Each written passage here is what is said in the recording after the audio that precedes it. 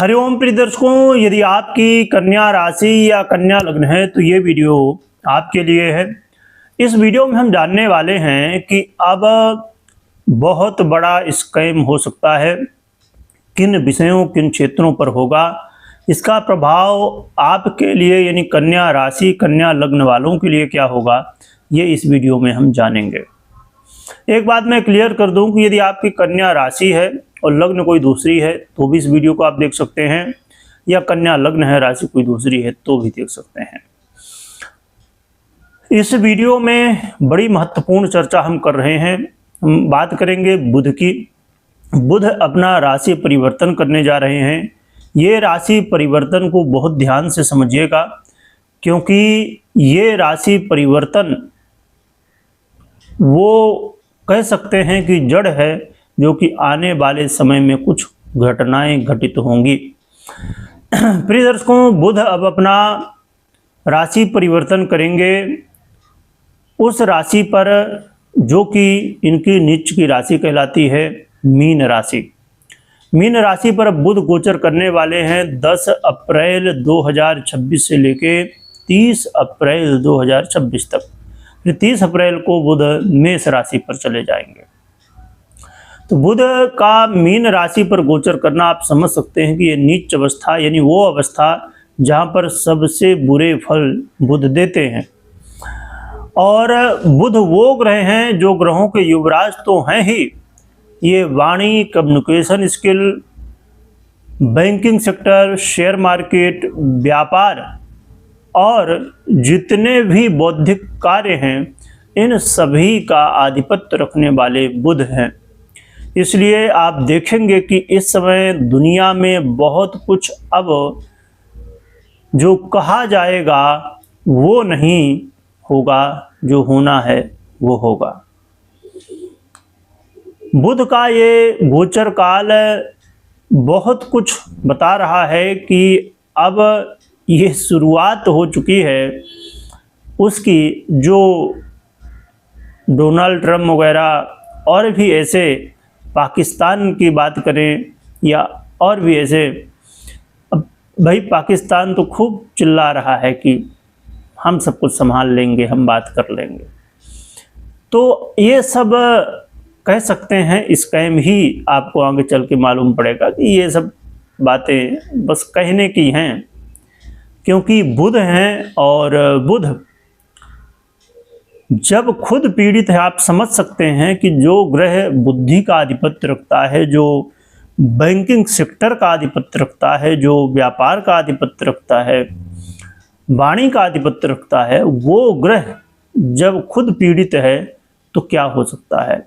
जो कि अलग अलग योग संयोग कई ग्रहों के प्रभाव हैं, उसकी चर्चा हम योग वाले चैनल में कर रहे हैं और आप वहां पर देख सकते हैं। पर इसमें हम बुध परिवर्तन की बात करेंगे कि बुध क्या प्रभाव देने वाले हैं। देखिए, बुध वो ग्रह हैं आपके लिए जो कि बहुत इंपॉर्टेंट है, और कहा जाए कि ग्रहों में सबसे महत्वपूर्ण ग्रह आपके लिए बुध ही है, क्योंकि बुध स्वयं आपके लग्नेश हैं। और लग्नेश के साथ साथ ये और भी इम्पोर्टेंट इसलिए हो जाते हैं क्योंकि ये आपके कर्मेश भी हैं, आपके कर्म का भी आधिपत्य रखते हैं। क्योंकि जीवन में ये जीवन इम्पोर्टेंट है और फिर इस जीवन के बाद इम्पोर्टेंट है कर्म। तो ऐसे ही ग्रह हैं आपके बुध, और इनका गोचर काल मीन राशि पर अब जब होगा तो ये आपके सप्तम भाव पर गोचर करेंगे। क्या प्रभाव मिलेगा समझते हैं। बुध का ये गोचर काल आपके नौकरी में थोड़ा सा चीजें ऊपर नीचे हो सकती हैं। आप अपने जॉब में बिल्कुल भी कोई लापरवाही मत करिए, पूरी तरह से ध्यान दीजिए, पूरी तरह से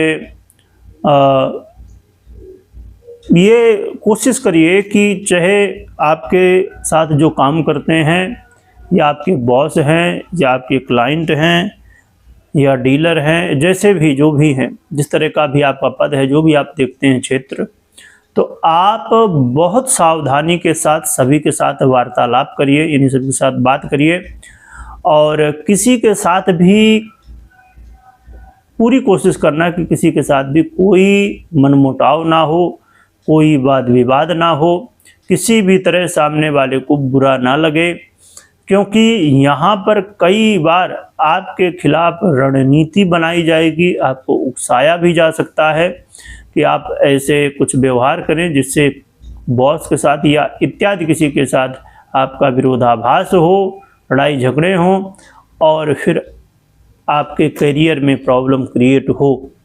इसलिए आपको अपने करियर का बहुत ध्यान रखना है और कोई लापरवाही इस समय बिल्कुल भी नहीं करनी है। और यदि आप व्यापारी हैं तो आपको व्यापार में भी अपने सावधानी रखनी होगी।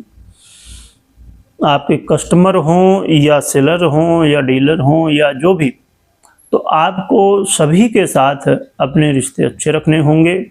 कई बार कस्टमर छोटी छोटी चीज़ों को लेके आएगा, गुस्सा होगा और फिर उसी बात को लेके बड़ी बातें होंगी और फिर इससे बड़ा नुकसान होगा। भले आपको लगे कि भला एक कस्टमर से क्या होगा, पर ये चीज़ें बड़ी मुश्किलें पैदा कर सकती हैं। हो सकता है कि आप किसी डीलर से संपर्क में हो, लगे चलो एक डीलर ये ज़्यादा नखरा कर रहा है तो छोड़ दो इसको, इसके नखरे बहुत ज़्यादा थोड़ी, अपने बहुत सारे लोग हैं अपने संपर्क में, पर इस चक्कर में नहीं रहिएगा, क्योंकि इससे ये कह सकते हैं कि वो वाली बात है कि समस्या की जड़ है और जब जड़ हो जाए तो फिर आगे वृक्ष भी होगा और फिर आगे फल फूल भी लगते हैं, चाहे वो अच्छा हो चाहे बुरा हो।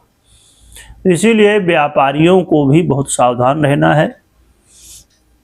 और देखिए, व्यापार में ये चीज़ें तो होती ही रहती हैं कि पैसे का देन लेन होता है, परंतु किसी को इस समय जब पैसे का देन लेन कर रहे हैं और फिर आपको लगता होगा कि चलो सामने वाले को पैसा दे देते हैं, या सामने वाला बोला कि हम दे देंगे इस तारीख को, ठीक है, तो इस चक्कर में मत रहिए। सामने वाला कब देगा पैसा, कब नहीं देगा, कुछ कह नहीं सकते।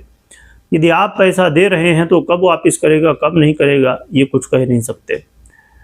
तो इसलिए इस समय आपको अपना बैलेंस बहुत अच्छे से बनाना होगा व्यापार का, क्योंकि व्यापार में उतार चढ़ाव हो सकते हैं। इसके अलावा मैरिज लाइफ में भी आपको बिल्कुल भी आरोप प्रत्यारोप से बचना है, एक दूसरे के ऊपर विश्वास करना है, एक दूसरे को समझना है। और देखिए, कहते हैं जहाँ दो बर्तन होते हैं वहाँ खटपट थोड़ी होती ही है। थोड़ी बहुत कुछ बात हो जाए तो उसे समझ के लेना आवश्यक है, क्योंकि इस समय लड़ाई झगड़े वाद विवाद, और यहाँ तक कि कई बार यदि आपकी पर्सनल कुंडली की ग्रह स्थितियाँ और भी अन्य ग्रह स्थितियाँ सपोर्ट यदि नहीं कर रही हैं और मैरिज लाइफ में प्रॉब्लम चल रही है पहले से ही, या नहीं भी चल रही थी और ग्रह स्थितियाँ अनुकूल नहीं है, दशा वगैरह या इत्यादि, तो ऐसी स्थिति में कई बार मैरिज लाइफ में अलगाव तक होने की संभावनाएं होती हैं, यानी कि तलाक तक की स्थितियां भी कई बार बन जाती हैं। इसलिए आपको बेहद सावधानी के साथ ही हर एक बात को ध्यान रखना है। और यदि ऐसा कोई मामला है कि ब्रेकअप तलाक की स्थिति बन रही धीरे धीरे, या ये चीज़ें लग रहा कि ऐसा समझिए कि आपको पता ही होगा कि क्या कैसी बातें चल रही हैं, मुझे ज़्यादा कहने की आवश्यकता नहीं है।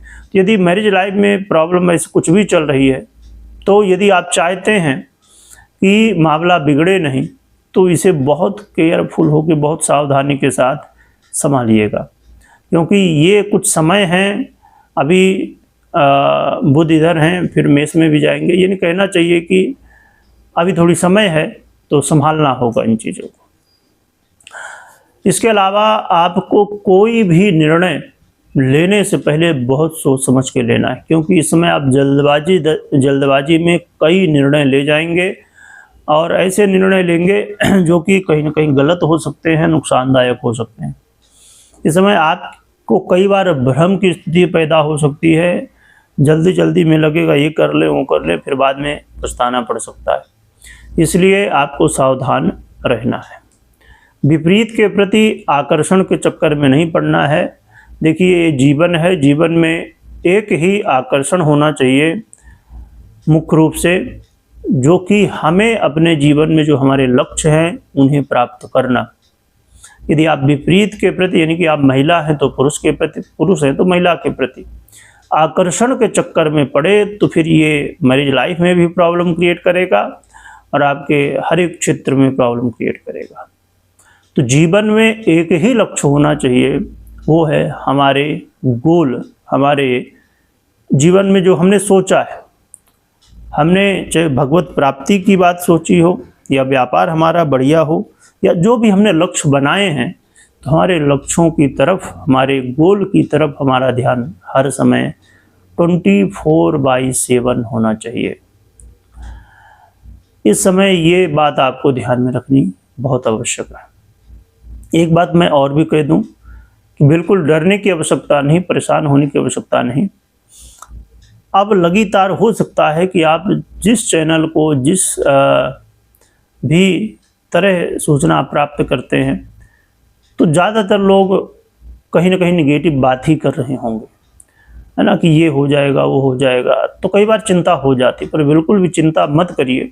हाँ, सावधान जरूर रहिए, क्योंकि देखिए ग्रह स्थितियाँ हैं इस समय बिल्कुल ये ठीक बात है कि ग्रह स्थितियाँ बहुत अनुकूल नहीं हैं, पर हाँ कुछ भी ऐसे ग्रह भी हैं जो कि सपोर्ट कर रहे हैं। तो ऐसा नहीं है कि सब खत्म ही है, पर हाँ थोड़ी सी प्रॉब्लम है। और यदि समझ के चलते तो प्रॉब्लम, देखिए समय कोई भी हो, अच्छा समय हो तो आता है तो चला जाता है, और बुरा समय भी हो तो आता है तो चला जाता है। इसमें भयभीत होने की आवश्यकता नहीं, सावधान रह के कर्म करने की आवश्यकता है। अब हम बात कर लेते हैं उपाय की।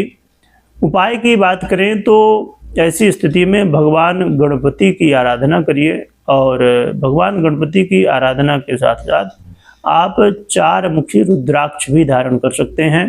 भगवान गणपति के बहुत ही प्रिय मंत्र ओम गंगणपतये नमः, इस मंत्र का जप करिए तो ये उपाय कर सकते हैं, तो इससे आपको हेल्प मिलेगी। बाकी कोई भी आपको निर्णय लेना हो तो अपनी पर्सनल कुंडली विश्लेषण के बाद ही निर्णय लीजिए। वीडियो देखने के लिए बहुत बहुत धन्यवाद।